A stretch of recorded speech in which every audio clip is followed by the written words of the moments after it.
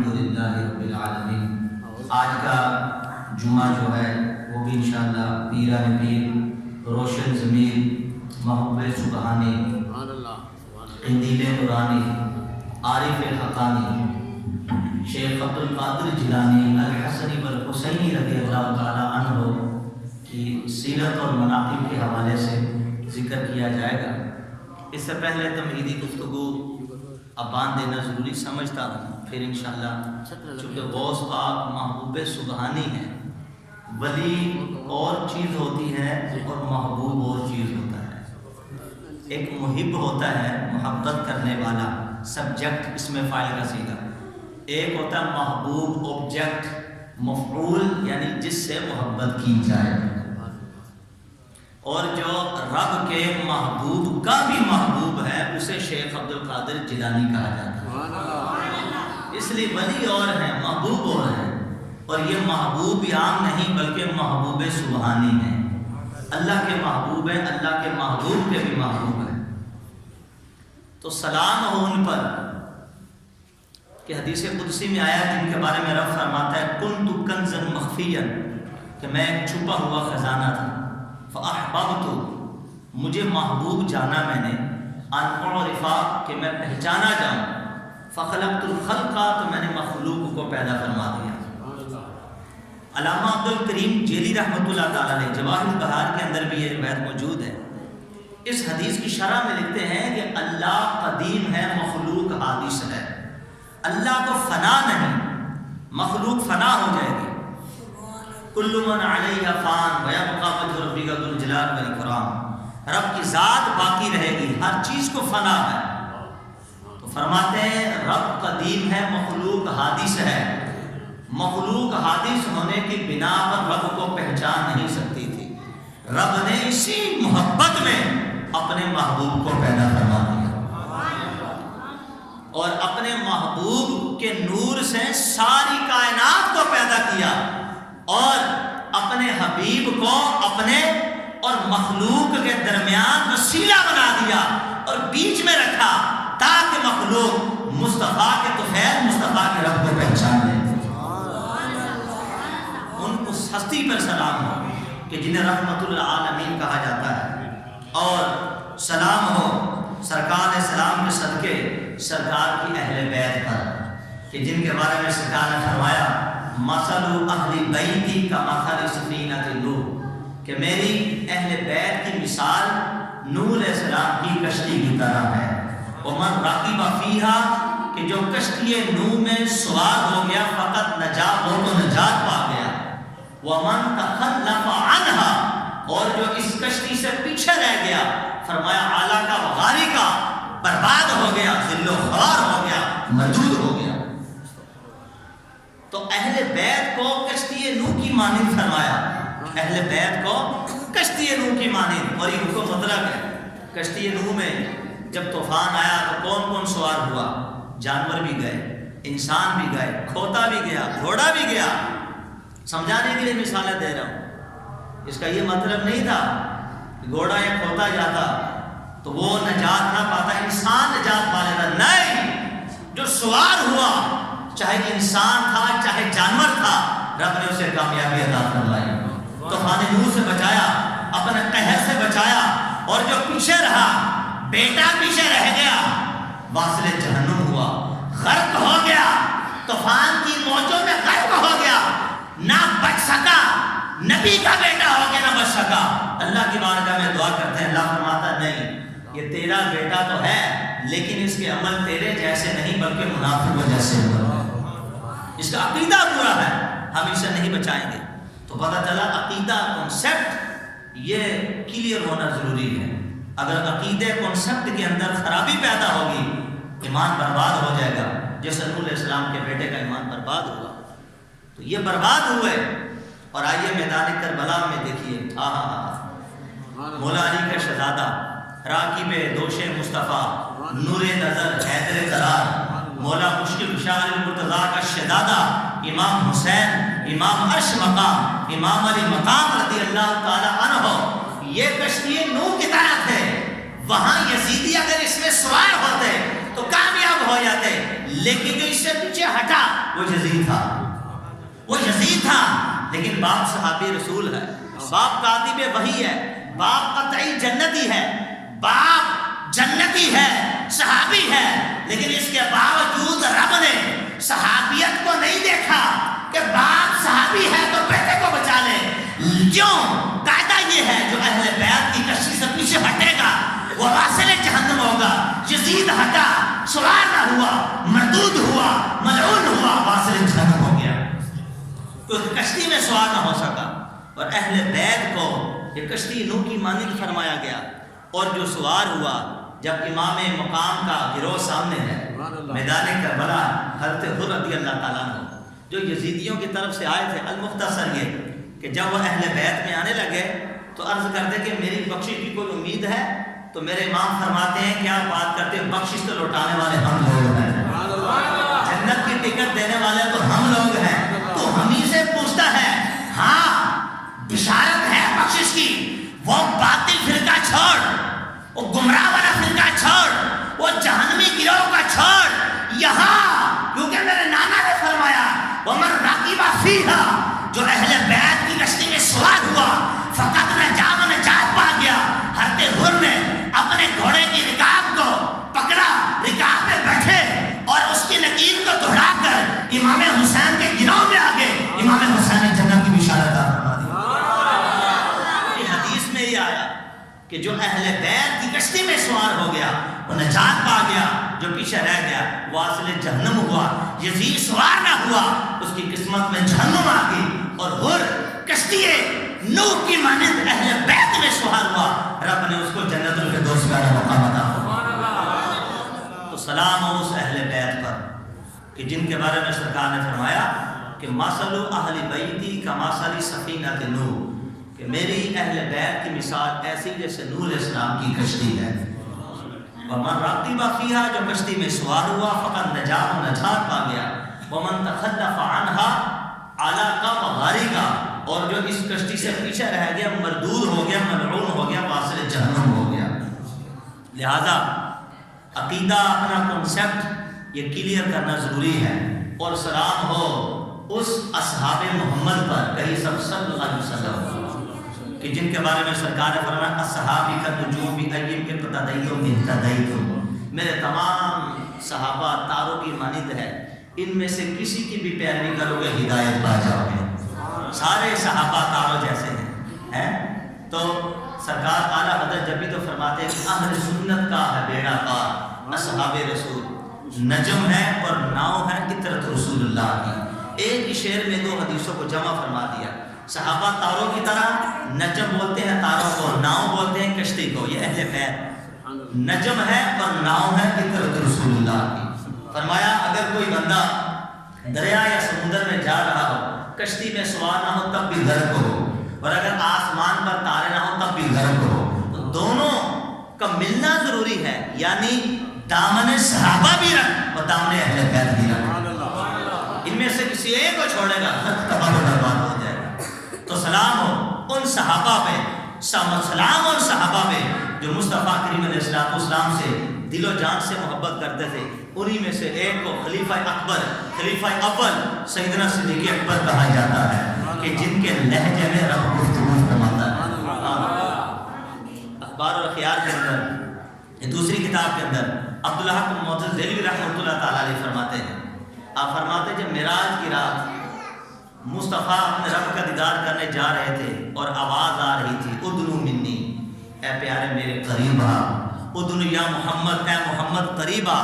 جب مصطفیٰ محبوب اپنے رب کے قریب ہوئے، جب راز و نیاز کی باتیں ہوئی، 90,000 باتیں ہوئیں، تو سرکار فرماتے ہیں میں بڑا حیران ہوا کیونکہ جو آواز آ رہی تھی وہ صدیق اکبر جیسی آواز آ رہی تھی. میں نے رب سے پوچھا، میں نے عرض کیا ہے مالک کریم یہ صدیق اکبر یہاں سے کہاں آیا؟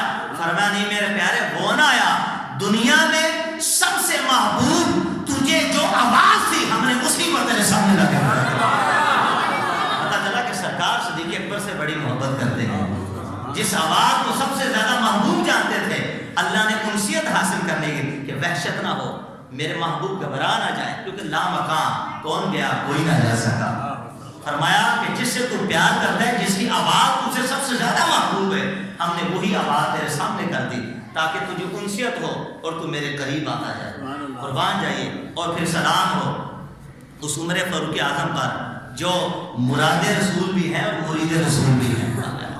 سرکار کی مراد اور واصل رسول بھی ہیں, سرکار تک پہنچانے والی حضرت عمر فاروق اعظم رضی اللہ تعالیٰ عنہ ہے. بات بڑی لمبی ہو جائے گی, ایک بات عرض کر دیتا ہوں.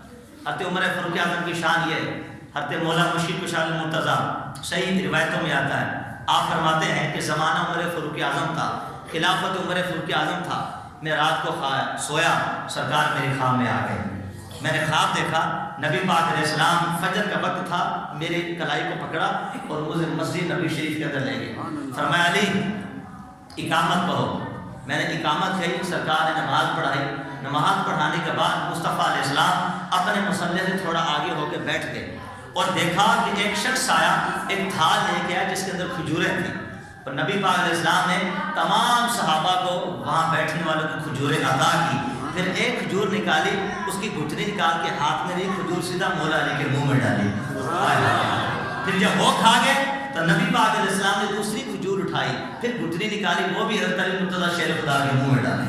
اب دوسری کھجور کھانا تھا کہ آنکھ کھل گئی. فجر کا وقت تھا, کہتے ہیں فجر کا وقت ہوا, میں کھڑا تھا, جو خواب میں دیکھا وہ حضرت عمر فاروق اعظم نے میرے ساتھ کر کے دکھا دیا. فرماتے فجر کا وقت تھا, اب بیداری میں معاملہ شروع ہو گیا. حضرت عمر فاروق اعظم نے میرے دامن کو پکڑا, میری کلائی کو پکڑا, مجھے مصلی پہ کھڑا, کہا علی تکبیر پڑھو. میں نے تکبیر پڑھی. حضرت عمر فاروق اعظم نے اس کو فجر کی نماز پڑھائی.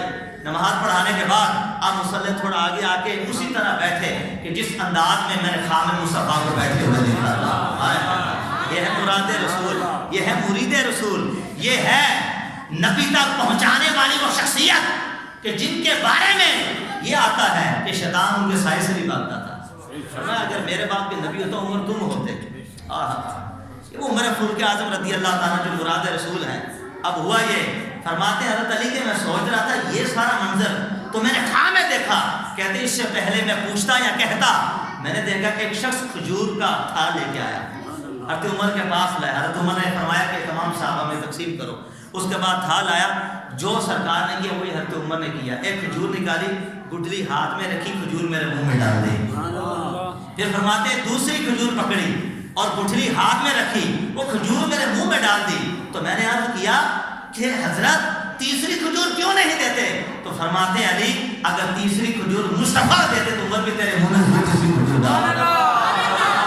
تو فرمایا اے علی کیا تو نے یہ نہیں فرمان سنا مصطفیٰ کا کہ اتقوا فراست المؤمن فإنه ينظر بنور اللہ, کہ مومن کی فراست سے ڈرو کیونکہ وہ رب کے نور سے دیکھتا ہے. یعنی جو منظر تو خواب میں دیکھ رہا تھا وہ عمر بیداری میں ساری منظر کشی فرما رہا. یہ ہے عمر فاروق. تو سلام ہے ان کے اوپر, اور پھر سلام عثمان غنی کے اوپر کہ جنہوں نے روایتوں میں تقریباً 17 مرتبہ مصطفیٰ سے جنت میں خریدی.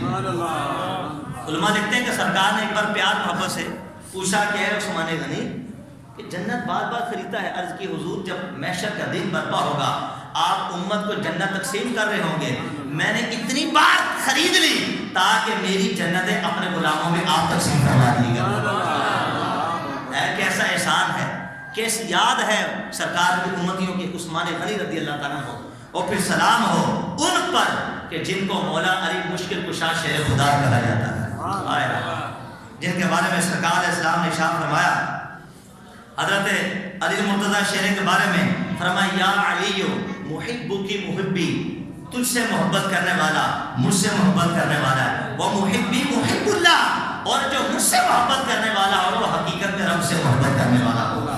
فرمایا علی مبغیدو کا مبغیدوئی, کہ تجھ سے بغض رکھنے والا مبغیدی وہ مجھ سے حسد کرنے والا ہے. وہ مبغیدی مبغید اللہ, اور جو مجھ سے حسد کرے گا وہ اللہ سے حسد کرنے والا ہے. اور کما قال اسلام پھر فرمایا یا علی من احبک فقد احبنی ومن احبنی فقد احب اللہ. علی جس نے تجھ سے محبت کی اس نے مجھ سے محبت کی, اور جس نے مجھ سے محبت کی اس نے میرے رب سے محبت کی. اور فرمایا ومن ابغضک فقد ابغضنی ومن ابغضنی فقد ابغض اللہ. علی جس نے تجھ سے حسد کیا, جو تجھ سے پھرا وہ مجھ سے پھرا, جو مجھ سے پھرا وہ میرے رب سے پھر گیا. ابو ہریرہ فرماتے ہیں, ابو داؤد کی حدیث ہے, ہم منافق اسے جانتے تھے جو مولا مشکل شاہ علی مرتضیٰ سے محبت نہیں کرتا تھا، جو بغض علی رکھتا تھا ہم اسے منافق جانتے تھے، جو مشکل کشا مولا علی مرتضیٰ سے محبت کرتا تھا ہم اسے مومن سمجھا کرتے تھے۔ تو مومن کی پہچان یہ ہے کہ اس کے سامنے مولا علی کا ذکر کیا جائے اس کا منہ کھل جائے، اور منافق وہ ہے کہ جس کے سامنے مولا علی کا نام لیا جائے اس کا چہرہ بگڑ جائے۔ ایک اور مومن کی پہچان کہ اس کے سامنے حضرت امیر معاویہ رضی اللہ تعالیٰ عنہ کا ذکر خیر کیا جائے، کیونکہ یہ کوئی صحابی رسول ہے، کاتب وحی ہے، مولا علی سے جنگ ہوئی ان کی جن کو جنگ صفین کہا جاتا ہے، لیکن یہ خطا اجتہادی تھی، اس پہ گناہ نہیں، اور اس کے بارے میں خود مولا علی فرماتے ہیں اخواننا بغوا علینا، وہ ہمارے بھائی ہیں بس ہمارے خلاف کھڑے ہو گئے۔ جس کو مولا مشکل کشا اپنا بھائی کہیں، لوگ آج اگر ان کو معاذ اللہ باغی تاغی کے نام دیں، منافق بد مذہب، یا ان کو معاذ اللہ خطرناک قسم کے الفاظ بولیں، وہ کبھی بھی رائے راست میں نہیں ہو سکتے۔ ہم مولا مشکل کشا کے جھنڈے کے نیچے ہیں۔ ہمارے مولا علی نے فرمایا کہ وہ ہمارے بھائی ہیں، اور فرمایا دونوں جماعتوں میں جو لڑے وہ جنتی ہیں، مسلمان ہیں، شہید ہیں۔ جب مولا مشکل کشا کہہ رہے ہیں تو پھر ہم کیوں نہ مانیں، پھر ہم کیوں نہ مانیں۔ اور حضرت امیر معاویہ رضی اللہ تعالیٰ عنہ کے بارے میں علامہ ابن کثیر نے البدایہ و نہایہ کے اندر لکھا، بات لمبی ہو جائے گی، بس آخری بات کر کے اپنا بیان شروع کر رہا ہوں۔ ان کے بارے میں لکھا البدایہ و نہایہ کے اندر کہ ان کے پاس ایک صحابی رسول تھے، اور ان کو حضرت امیر معاویہ نے فرمایا کہ جب جنگ صفین ہو رہی تو میرے ساتھ کیوں نہیں آیا؟ انہوں نے کہا حضرت کیسی آؤں، وہ جو آپ کے مد مقابل میں تھا ان میں ایک ایسا شخص ہے کہ جن کے بارے میں سرکار نے فرمایا کہ وہ میرے ساتھ اس کا مرتبہ مقام ایسا ہے کہ جیسا موسیٰ کے ساتھ ہارون علیہ السلام تھے۔ وہ پوچھا کون ہے؟ وہ کہا وہ حضرت وہ علی شیر خدا ہے جن کو سرکار صلی اللہ علیہ وسلم نے بھائی کہا۔ فرمایا علی دنیا میں بھی تو میرا بھائی اور جنت میں بھی تو میرا بھائی۔ اور میرے بھائی فرماتی تیرے ساتھ یہ بات کس کس نے سنی؟ کہا فلاں بن فلاں فلاں، حضرت یہ فلاں فلاں فلاں کرتے کرتے حضرت ام سلمہ تک بات پہنچ گئی جو نبی علیہ السلام کی زوجہ محترمہ ہے۔ وہ حج کا سیزن، حج کا موسم تھا، میرے معاویہ سفر کر کے وہاں مکے میں پہنچے، حضرت ام سلمہ رضی اللہ تعالیٰ کے پاس پہنچے اور عرض کیا کہ امی جان آپ بتائیے یہ حدیث صحیح ہے، آپ نے سنی؟ اما حضور فرماتی ہاں یہ علی المرتضیٰ کو سرکار نے فرمایا تھا اور میں وہاں پر موجود تھی۔ حضرت میرے معاویہ رونا شروع ہو گئے اور فرمایا کہ یہ بات لو سمیت قبل هذا اليوم، یہ بات اگر میں جنگ صفین سے پہلے سنتا تو پھر دنیا دیکھتی لکنت خادما لعلی، میں مولا علی کا خادم ہوتا حتی یموت او اموت، یا تو ان کو موت آ جاتی ان سے پہلے میں دنیا سے چلا جاتا۔ یعنی ان کے دل دیکھیں آپس میں کتنے پاکیزہ اور پاک تھے، ایک دوسرے کے لیے کیسی دعائیں کرنے والے تھے، اور لوگ آج لوگوں کو گمراہ کرتے ہیں۔ امیر معاویہ رضی اللہ تعالیٰ کے بارے میں جو تاریخ میں باتیں آئیں، من گھڑت موضوع باتیں آئیں، وہ صحابی رسول کے اوپر لگائی جاتی ہیں۔ بس ایک اصول ذہن میں رکھیے، جو تاریخ قرآن کے خلاف آئے، جو تاریخ مصطفیٰ کی حدیث کے خلاف آئے، اس کو اٹھا کر گندے نالے میں پھینکو، اس لیے کہ سب سے اوپر قرآن اور حدیث ہے۔ اور جب قرآن میں رب نے فرمایا وَكُلٌّ وَعَدَ الْحُسْنَىٰ، ہم نے ہر صحابی سے جنت کا وعدہ کر لیا، اللہ ان سے راضی، اللہ سے راضی ہیں، پھر تاریخ کا کیا کرو گے؟ تاریخ کو کہاں لے کے جاؤ گے؟ جب حدیث پاک کے اندر سرکار نے فرمایا اللہ مجعل ہادی مہدیا، اے اللہ امیر معاویہ کو ہدایت دینے والا اور ہدایت یافتہ بنا۔ بتاؤ نبی کی دعا کبھی معاذ اللہ رد ہو سکتی ہے؟ نہیں۔ تو جب مصطفیٰ نے ہدایت دینے والا ہدایت یافتہ فرما دیا تو امیر معاویہ پھر گمراہ کیسے ہو سکتا ہے؟ نہیں ہو سکتا۔ بلکہ آپ نے پچھلے جمعہ سنا امام حسن مجتبیٰ رضی اللہ تعالیٰ عنہ کو رب نے فرمایا جب آپ اپنی خلافت حضرت امیر معاویہ کو سونپ دی تو فرمایا اے میرے نواسے، اے میرے نبی کے نواسے، رب نے فرمایا میرے مصطفیٰ کے نواسے کہ تو نے اتنی بڑی امت کی خاطر قربانی دی، اپنی خلافت امیر معاویہ کو سونپ دی، ہم تجھ سے راضی ہوئے تو تجھے انعام یہ دیتے ہیں کہ قیامت تک قطبیت کبریٰ یا تو تیرے پاس ہوگی یا تیری نسل کے پاس ہوگی۔ اعلیٰ نے لکھا کہ قطبیت کبریٰ امام حسن مجتبیٰ کے پاس ہے یا پھر آپ کے بیٹے حضور غوث اعظم کے پاس ہے یا امام مہدی کے پاس ہے۔ تین اشخاص کے پاس قطبیت کبریٰ آئی۔ قربان جائیے آج تو پھر سلام ان کے اوپر کہ جو اہل بیت کا چشم و چراغ، ہدایت کا سر چشمہ، جن کو سرکار غوث پاک رضی اللہ عنہ کہا جاتا ہے۔ محبوب بڑے ہیں، یہ محبوب سبحانی ہے، محبوبوں میں امام ربانی مجدد الفسانی ہے، محبوبوں میں امام ابو الحسن خرقانی ہے، محبوبوں میں داتا علی حجویری رحمۃ اللہ تعالی علیہ ہے، محبوبوں کے اندر خواجہ نقش بند بخارا بھی ہے، محبوبوں کے اندر محبوب الہی نظام الدین بھی ہے۔ ارے اس محبوبیت کے مسند کے اوپر کوئی ایک دن بیٹھا رہا، کوئی 2 دن، کوئی 3 دن، کوئی ساری زندگی، کوئی صبح ازل سے لے کر شام ابد تک بیٹھا رہا، انہی محبوبوں کے سردار امام الاولیاء حضور غوث پاک فرماتے ہیں کہ میری محبوبیت ایسی ہے، میں محبوب سبحانی ایسا ہوں۔ فرماتے ہیں نعم نشاتی فی الحب من قبل آدم وقربنی المولا ففزت فدولتی۔ فرماتے ہیں کہ میں نے آدم علیہ السلام کے جسمانی تخلیق سے پہلے بھی رب کی محبت کے اندر پرورش پائی ہے، محبت الہی میں پرورش پائی ہے۔ ابھی آدم علیہ السلام کو ظاہری طور پر پیدا نہیں کیا گیا تھا، میں اس وقت بھی مقام محبوبیت کے اوپر فائز ہو چکا تھا، مقام محبوبیت کے اوپر سرفراز ہو چکا تھا۔ ایسے محبوب سبحانی ہے، ایسے محبوب، محب اور ہوتا ہے، محبوب اور ہوتا ہے۔ محب اسے کہتے ہیں اللہ جو کہے اس ولی کو کرنا پڑتا ہے، اور محبوب اسے کہتے ہیں محبوب جو کہے نا وہ وہی کر کے دکھاتا ہے۔ حضور غوث پاک محبوب ہیں۔ آئیے کیسے محبوب ہیں، آپ کی کرامتیں آپ نے پچھلے جمعے سنی، بہت سارا مرتبہ مقام سنا، اور جو باتیں پچھلے جمعے رہ چکی تھی وہ انشاءاللہ میں آپ کے سامنے ذکر کرتا ہوں۔ قربان جائیے حضور غوث پاک رضی اللہ تعالیٰ کے بارے میں خواجہ معین الچشتی اجمیری رحمۃ اللہ تعالیٰ علیہ آپ فرماتے ہیں اخبار و خیال کے اندر، اے غوث پاک جس طرح تیرے سر کا تاج ہمارے آقا محمد عربی کا قدم ہے، اسی طرح رب نے تیرے قدموں کو ہمارے سر کا تاج بنا دیا۔ تیرے قدموں کو ہمارے سر کا تاج بنا دیا ہے۔ اور حضرت ملا علی جامی رحمۃ اللہ تعالیٰ کے پیچھے نہ رہے، آپ فرماتے ہیں کہ ہمیں مجبور کیا گیا ہے کہ اگر تمہیں فیض چاہیے تو میرے غوث کے در پہ آ جاؤ۔ امام ربانی مجدد الفسانی رضی اللہ تعالیٰ عنہ آپ اپنے مکتوبات کے اندر ایک بہت پیاری روایت ذکر کرتے ہیں۔ آپ فرماتے ہیں کہ قربان جائیے بڑی لمبی بات کی، بڑی لمبی بات کرنے کے بعد آپ نے جو ذکر کیا وہ کچھ اس طرح تھا۔ امام ربانی مجدد الفسانی فرماتے ہیں اب قیامت تک جب تک امام مہدی رضی اللہ تعالیٰ عنہ نہیں جاتے تو کائنات میں رب کے فیض کا مرکز وہ محبوب سبحانی شیخ عبد القادر جیلانی کا دربار ہے۔ دنیا کو جس کو بھی جو فیض ملتا ہے وہ قیامت تک جس کو ملے گا شیخ عبد القادر جیلانی کے دروازے ہی سے ملے گا۔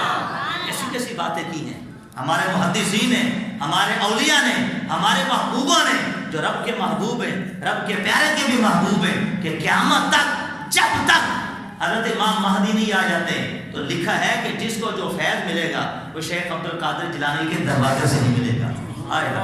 اب آئیے فجر کی نماز پڑھی شیخ عبد القادر جیلانی نے، کشف آپ کا کیسا ہے، تصرف آپ کا کیسا ہے، کرامت آپ کی کیسی ہے، نگاہ آپ کی کیسی ہے؟ فرماتے ہیں عینی فی لوح محفوظ، نگاہ اٹھاؤں تو لوح محفوظ کو دیکھتا ہوں۔ نظرت الی بلاد اللہ جمعا کخردلۃ علی حکم لسان، رب کے سارے شہر میری نظر میں ایسے ہیں کہ جیسے ہاتھ میں رائی کا دانہ ہوتا ہے۔ یہ ولی کی نگاہ کا عالم، یہ نگاہ کی وسعت ہے۔ اور نظر اٹھائے تو رب کے شہروں کو دیکھ لے، اوپر نگاہ اٹھائے تو عرش معلیٰ کو دیکھ لے، لوح محفوظ ہر وقت جن کی نگاہوں کے پیش نظر رہے اسے شیخ عبد القادر جیلانی کہا جاتا ہے۔ فجر کی نماز پڑھائی، اے عشاقان مصطفیٰ، ان واقعوں کو ذرا سینے پہ ہاتھ رکھ کے سننا کہ اللہ نے حضور غوث پاک رضی اللہ عنہ کو کیا مرتبہ مقام عطا فرمایا۔ فجر کی نماز پڑھائی، نماز پڑھانے کے بعد قبرستان میں قبر کی پانتی پہ کھڑے ہوئے، ساتھ مرید ہیں، کافی دیر کھڑے رہے۔ فجر کے بعد آئے، سورج طلوع ہوا، ساتھ والے مریدوں کی سر کی چوٹیوں سے پسینہ نکل کر پاؤں سے بہنے بھی ہو گیا۔ پھر دیکھا شیخ عبد القادر جیلانی مسکرائے، دعا کری، ہاتھ اٹھائے اور ہاتھ بڑھا کر قبر والے سے مسافہ فرمایا۔ پھر فرمایا مریدوں کو چلو اب چلتے ہیں۔ مرید جو تھے کہا حضرت کیا بات ہے، اتنی دیر کھڑے رہے، ہوا کیا تھا؟ آپ نے فرمایا آج سے 28 سال پہلے کی بات ہے، جب میں مدرسے میں پڑھتا تھا، یہ صاحب قبر میرے ساتھ بھی مدرسے میں میرے ساتھ پڑھا کرتا تھا۔ ایک بار ہوا یہ، ہم جمعے کی نماز کے لیے جا رہے تھے، یہ پیر تھے، ان کے مرید بھی تھے، تو جب بغداد کا دریا آیا، اور جو دریا ہے سخت سردی میں اس کا کیا حال ہوتا ہے، اس کی لہریں جیسی تھپیرے مارتی ہیں کہ سن کے بندہ ڈر جائے۔ فرمایا کہ انہوں نے نہ جانے میں مجھے ہاتھ مارا، دھکا دیا، دریا میں گر گیا۔ اور میں وہاں سے باہر نکلا، ایک ہی میرے پاس جوڑا تھا جو دریا کنارے رکھا تھا، وہ بھی گیلا ہو گیا۔ خیر میں باہر آیا تو ان کے مرید جو میرے اوپر مذاق کرنے لگے، ہنسنا شروع ہو گئے۔ تو انہوں نے کہا کہ خبردار شیخ عبد القادر جیلانی کے بارے میں خبردار ایسی سوچ رکھی یا ایسی نیچر رکھی یا مذاق کیا، یہ تو وہ شخص ہے، میں تو اس کو آزماتا رہتا ہوں، آج بھی آزمایا تو یہ حوصلے کا پہاڑ بن کے ثابت ہوا۔ دیکھو میں نے دھکا مارا تو دریا میں گرتے گرتے اس نے غسل جمعہ کی نیت کر لی ہے۔ غسل جمعہ کی نیت، ہمیں اگر کوئی چھت سے پاؤں پھسلے یا کوئی دھکا مارے، ہمارا حال کیا ہوتا ہے؟ حواس ہی ختم ہو جاتے ہیں، بائک سے گرے تو حال برا ہو جاتا ہے۔ لیکن موت تھی دریا کہ جہاں جا کر واپس آنا ناممکن تھا، لیکن غوث پیا رضی اللہ تعالیٰ عنہ جن کا تقدیر پہ اتنا کنسپٹ تھا، اتنا مضبوط عقیدہ تھا کہ جب تک وہ موت نہ دے، موت آ نہیں سکتی، دریا ڈبا نہیں سکتا، تو دریا میں جاتے جاتے بھی غسل جمعہ کی نیت کر لی۔ اب فرماتے ہیں جب فجر کی میں نے نماز پڑھی، اچانک میرے دل میں خیال آیا کہ میرا ایک ساتھی ہے جس کا انتقال ہو گیا ہے، آج یہاں آئے ہیں تو کیوں نہ ہو کہ اس کی قبر پہ حاضری دے دیں۔ فرمایا میں جب قبر پہ آیا، جب میں نے جھانکا، آپ میری اور غوث پاک کی نگاہ میں فرق دیکھیے، کہو نا سبحان اللہ۔ ہم قبر پہ دیکھیں تو کیا دکھتا ہے؟ مٹی۔ غوث پاک دیکھ رہے ہیں اندر پوری قبر کا نظارہ۔ فرماتے جب میں نے قبر کو دیکھا تو قبر اندر سے جنت کا محل بنی ہوئی ہے، سبزہ ہے، اندر ایک تخت بچھا ہے، یہ حضرت وہاں پر جلوہ فر ہے، ان کے سر پہ سونے کا تاج ہے، ہاتھوں میں سونے کے کنگن اور پاؤں میں سونے کی تار کا جوتا ہے۔ فرماتے ہیں بڑے خوش ہیں، بڑے حشاش بشاش ہیں، لیکن ان کا بایاں بازو نکارا تھا، حرکت نہیں کر رہا تھا۔ تو میں نے کہا کہ رب نے تیرے اوپر اتنے کرم، اتنی عنایتیں، اتنے فضائل، اتنا کرم کیا تیرے اوپر کہ قبر جو ہے وہ بقعہ نور بنی ہوئی ہے، وہ جنت کا محل بنی ہوئی ہے، لیکن بایاں پاؤں، بایاں ہاتھ بازو وہ تیرا حرکت کیوں نہیں کر رہا؟ تو کہتے حضرت وہ وقت یاد کیجیے جب میں نے باؤں ہاتھ سے آپ کو دھکا دے کر دریا میں ڈالا تو رب نے مجھے فرمایا کہ دیا تجھے میں نے بہت کچھ ہے، تو نے میرے دوست کو دھکا دیا تھا، تو جب تک میرا عبد القادر معاف نہ کرے گا تجھے کبھی معاف نہیں کروں گا۔ یہ مرتبہ مقام، یہ اپنوں کا حال ہے، اپنوں کا حال جو غوث پاک کو ماننے والے تھے، جن کی خاطر انہوں نے گردنیں جھکائیں، غوث پاک کے قدموں کو چومنے والے تھے سنی عاشق رسول۔ قبر جنت کا سما بنی ہے، عنایتیں، رب کی کرامتیں، شرافتیں، عنایتیں اتنی ہوئی، اس کے باوجود ہاتھ دھکا مارنے کی وجہ سے رب نے ہاتھ نکارا کر دیا۔ تو میں ان لوگوں کو کہتا ہوں جو غوث پاک کے بارے میں ڈھونکتے ہیں، ان کا حشر کیا ہوگا؟ رب تو دنیا میں دکھا رہا ہے کہ جو میرے ولی سے دشمنی کرے اسے لانے جنگ، یہ دھکا دشمنی میں نہیں مارا، یہ بغض میں نہیں مارا، بلکہ آزمانے کے لیے کہ اب یہ کیا کرتا ہے، تو دھکا مارا تو حوصلے کا پہاڑ بنے، پھر بھی غسل جمعہ کی نیت کر لی۔ ایک اچھا میسج ملا امت کو، اور غوث پاک کا مرتبہ مقام سامنے آیا، قربان جائیے۔ تو آپ نے فرمایا اچھا آ گئے ہیں تو جا تجھے معاف بھی کر دیتے ہیں، معاف کیا، کہا بات نہیں بنے گی، اب رب کی بارگاہ میں دعا کرو تاکہ اللہ میرے بازو کو صحیح کرے۔ کہتے ہیں پھر جو تم نے دیکھا کہ میں نے دعا کی، جب میں نے ہاتھ اٹھا کے دعا کی تو جتنے بھی اولیاء اللہ نے سب نے میری دعا پہ آمین کہا، یہاں تک کہ غیب الرجال، وہ اشخاص جو زندہ ہوتے لیکن نظر نہیں آتے، جو لوگوں کی مدد کے لیے اللہ پاک نے پیدا کیے ہیں، فرمایا انہوں نے میری دعا پہ آمین کہا۔ پھر میں نے دیکھا، دیکھتے ہی دیکھتے اللہ نے میری دعا کی برکت سے اس کے بازو کو صحیح سلامت کر دیا۔ پھر میں نے ہاتھ بڑھایا، اس کی قبر میں اس سے مسافہ کیا۔ یہ حضور غوث پاک رضی اللہ تعالیٰ کے مرتبے میں سے ایک مرتبہ ہے۔ ارے اگر ان کی قبر پر جا کے مشکل کشائی کر سکتے ہیں تو مریدو تم کیوں ڈرتے ہو؟ مریدی لا تخف اللہ ربی عطانی رفعتا نلت المنالی، اے میرے مریدو خوف نہ کرنا، رب نے مجھے وہ رفعت عطا کی ہے کہ میں نے مرادوں کو پا لیا ہے۔ فرمایا کہ مرید ان کا شفت اوراد مریدی بالمغرب آنے بالمشرق سترتها، اگر میرے مرید کا پردہ کھل جائے اور میں مشرق میں ہوں، میرا مرید مغرب میں ہے، میں وہاں سے آ کے اس کے پردے کو ڈھانک دیتا ہوں۔ پکار ان کو مدد کے لیے پکار، رب کعبہ کی قسم سنتے ہیں، تصرف کرتے ہیں، رب نے ان کو خدا کا صلاحیتوں سے نوازا ہے، اور حقیقت میں چاہے نبی کا معجزہ ہو یا چاہے کسی ولی کی کرامت ہو، اس کے پسا پر وہ طاقت خدا کی ہوا کرتی ہے۔ وہ رب کی طاقت ہے، وہ رب کے حکم سے رب کی دی ہوئی قدرت کو استعمال کر کے کبھی تو ولی سے نکلے تو وہ کرامت ابھر کر نکلتی ہے، نبی سے نکلے تو وہ معجزہ ابھر کر ثابت ہوتا ہے۔ قربان جائیے حضور غوث پاک آپ نے جو غسل جمعہ کی نیت کی تقدیر پہ، چونکہ یہ بات شروع ہوئی تو میں یہ واقعہ ذکر کر دوں کیسا کنسپٹ تھا۔ اخبار الخیار کے اندر عبدالحق مسعود دہلوی رحمۃ اللہ لکھتے ہیں کہ حضور غوث پاک بیٹھے تھے تقدیر پہ بیان کر رہے تھے، اچانک ہی اس محفل میں مجلس میں ایک سانپ گرا، سانپ نہیں بہت بڑا اژدہا، لوگ چیخ مار کے تتر بتر ہو گئے، بھاگ گئے۔ حضور غوث پاک کا تقدیر پہ عقیدہ دیکھو کیسا تھا، آپ نے بیان جاری رکھا، کہو نا سبحان اللہ۔ سانپ ممبر کی پہلے سینے پہ چڑھا، دوسرے پہ چڑھا، حضور غوث پاک کی گود میں آیا، آپ نے اپنے بیان کو جاری رکھا۔ پھر گود سے آپ کے بازو کی آستین میں گھسا، دوسری آستین سے نکلا، آپ نے بیان کو جاری رکھا۔ پھر وہ قمیض کے دامن سے گیا اور پھر پیچھے سے نکل کے گردن کو وہاں ڈال کر لپیٹ کر یوں کر کے بیٹھ گیا، حضور غوث پاک نے بیان کو جاری رکھا۔ پھر نیچے اترا اور اپنے یوں سر کو پھیلا کر حضور غوث پاک کے سامنے آ کے بیٹھ گیا، اور رب نے اس کو گویائی عطا کی، اس نے انسانوں جیسا کلام کیا، کہا اے غوث پاک مان لیا تقدیر میں بیان کرنے والے تو میں نے بڑے دیکھے، لیکن جتنا ایمان آپ کا تقدیر پر رب کعبہ کی قسم کائنات میں میرے نہیں کرا۔ حضور غوث پاک نے فرمایا کہ تیری اوقات میرے سامنے ایک کیڑے جیسی ہے، ایک چونٹی جیسی ہے، تو میرا کیا بگاڑ سکتا ہے؟ جب تک وہاں سے حکم نہ ہوگا میرا کوئی بھی بات نہیں بگاڑ سکتا۔ یہ تقدیر پہ کیسا عقیدہ کنسپٹ تھا امام الاولیاء شیخ عبد القادر جیلانی رضی اللہ تعالیٰ عنہ کا۔ لہذا ہمارے امام کو رب نے ایسی وسعتیں، رب نے ایسی طاقتیں، رب نے ایسی خدا داد صلاحیتیں بیان کی ہیں، جو بات میں نے پچھلے جمعے بیان کر دی۔ ہمارے ایک بھائی نے کتنی سفارش کی کہ بات حضرت آپ نے ایسے کی کہ دل تازہ ہو گیا، تو میں نے کہا میں اس جمعے پھر بیان کروں گا۔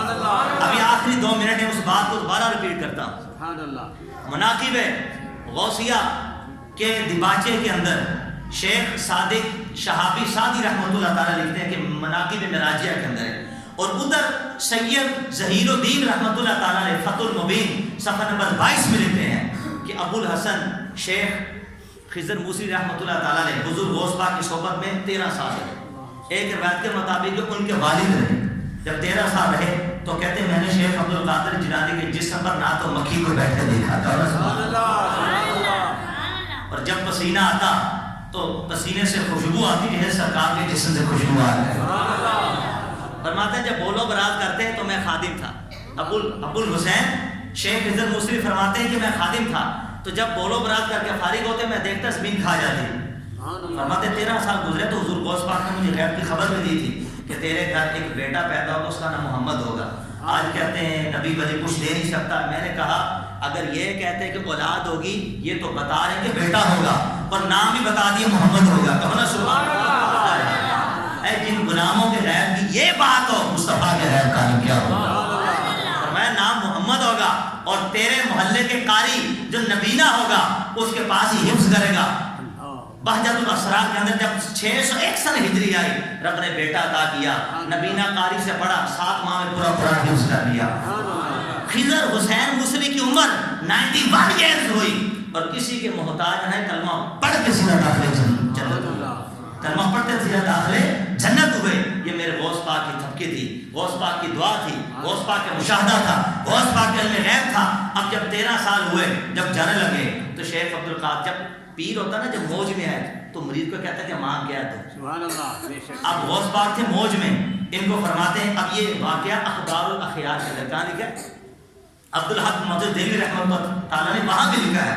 جب 13 سال پورے ہوئے جانے لگے تو شیخ عبد القادر جیلانی نے فرمایا جا تو رہا ہے، بتا کیا چاہیے؟ حضرت آپ کا در مل گیا، سب مل گیا، اب آپ مل گئے تو اور کچھ نہیں چاہیے مجھے، بس آپ کا دامن ہے میرے لیے کافی ہے۔ بس ایک بات کا جواب دیجیے، کیا 13 سال گزرے جس میں کبھی مکھی بیٹھے نہیں دیکھی، کبھی تھوکتے نہیں دیکھا، کھنگارتے نہیں دیکھا، آپ کو جب پسینہ آتا تو سرکار کے جب پسینے سے خوشبو آتی تھی تو پورا ماحول مشک و عنبر کی طرح معطر ہو جایا کرتا تھا۔ آپ کو گول و براز میں دیکھتا زمین کھا جاتی۔ بس یہ وجہ بتا دو یہ کیا ہے؟ آپ جلال میں آگے کہا کہ تو نے سوال تو تنہائی میں دیا ہے، لوگوں میں اعلان کر دیا کہ شیخ خضر موسی نے مجھ سے پوچھا ہے میں اس کا جواب سب کے سامنے دوں گا۔ منبر پر کھڑے ہوئے جلال کے سرا چہرے تھے، آپ نے فرمایا ابو الحسین خضر موسری مجھ سے پوچھ رہا ہے کہ آپ کے جسم پہ مکھی نہیں بیٹھتی، آپ کے پسینے سے خوشبو آتی ہے، آپ کا گولو برا زمین کھا جاتی ہے، وجہ کیا ہے؟ تو فرمایا لوگوں سنو، تم میری حقیقت نہیں جان سکتے، تاللہ ھذا وجود جدی لا وجود عبد القادر جیلانی، رب کعبہ کی قسم یہ وجود جو تم دیکھ رہے ہو ظاہر میں عبد القادر کا ہے، باطن میں محمد رسول اللہ کا۔ میں یہ تو جسم عبد القادر کا ہے ہی نہیں، یہ تو میرے نانا جان حضرت محمد رسول اللہ کا جسم ہے۔ کیسی مناسبت ہے؟ نہ مکھی غوث پاک کے جسم میں بیٹھتی ہے، نہ تاجدار رسالت کے جسم میں بیٹھتی ہے۔ ان کو پسینہ آتا ہے تو خوشبو نکلتی ہے، ان کو پسینہ آتا ہے تو خوشبو نکلتی ہے۔ ارے ان کا بھی بولو برا زمین کھا جاتی ہے، ان کا بولو برا زمین کھا جاتی ہے۔ مصطفیٰ مدینے والے ہیں، غوث پاک بغداد والے ہیں، مصطفیٰ 12ویں والے ہیں تو غوث پاک 11ویں والے ہیں۔ مناسبتیں ہیں دونوں کے اندر، وہ نبیوں میں بے مثل و بے مثال ہے، یہ ولیوں میں بے مثل و بے مثال ہے۔ اللہ فرماتے تجھ سے اور دہر کے اقدام سے نسبت کہتی ہے غوث، آپ کا قطب اور غوث اور ولیوں سے کیا مقابلہ کرنا؟ کوئی مقابلہ کر سکتا کہ آپ کے مقابل کوئی ہے؟ تجھ سے اور دہر بولتے زمانہ، تجھ سے اور دہر کے اقدام سے نسبت کیسی؟ فرماتے قطب کون ہے؟ خادم تیرا، چیلا تیرا، جو تیرے قدموں میں آ کے تیری ٹانگیں دبا دے وہ وقت کا قطب بن جاتا ہے۔ یہ ہمارے غوث پاک کا مقام تھا، یہ محبوب سبحانی تھے۔ یہ 2-3 باتیں میں نے آپ کے سامنے ذکر کی، یہ اولیاء اللہ کا ذکر خیر ہے، یہ ہونا چاہیے، اس سے اسلام کو شوقت ملتی ہے، ایمان تازہ ہوتا ہے، ایک نئی امنگ پیدا ہوتی ہے کہ ہمارا کوئی سہارا ہے، ہم گناہ گاروں کا کوئی وسیلہ ہے۔ خدا کی قسم شیخ، اب آخری بات، شیخ عبد القادر جیلانی فرماتے ہیں کہ میں نے دروغ جہنم سے پوچھا، امام مالک علیہ السلام سے میں نے پوچھا کہ جہنم کے اندر کوئی میرا قادری ہے؟ حل کا اصحاب یہاں، الفاظ کیا؟ حل کا اصحاب یہاں، کیا قادری ہے جہنم میں؟ تو کہتے ہیں کہ آپ نے رب سے سفارش کر کے سارے اپنے کھاتے میں جنتی کر دیے، تو جہنم میں قادری کیسے آ سکتا ہے؟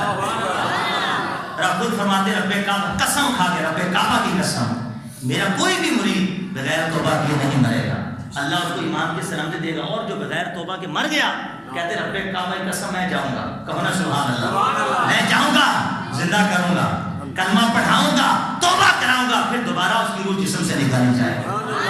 وہ میرا مرید اور میرا نام لیوا، لیکن بغیر توبہ کیے دنیا سے نہیں جا سکتا۔ وآخر دعواہم ان الحمد للہ رب العالمین۔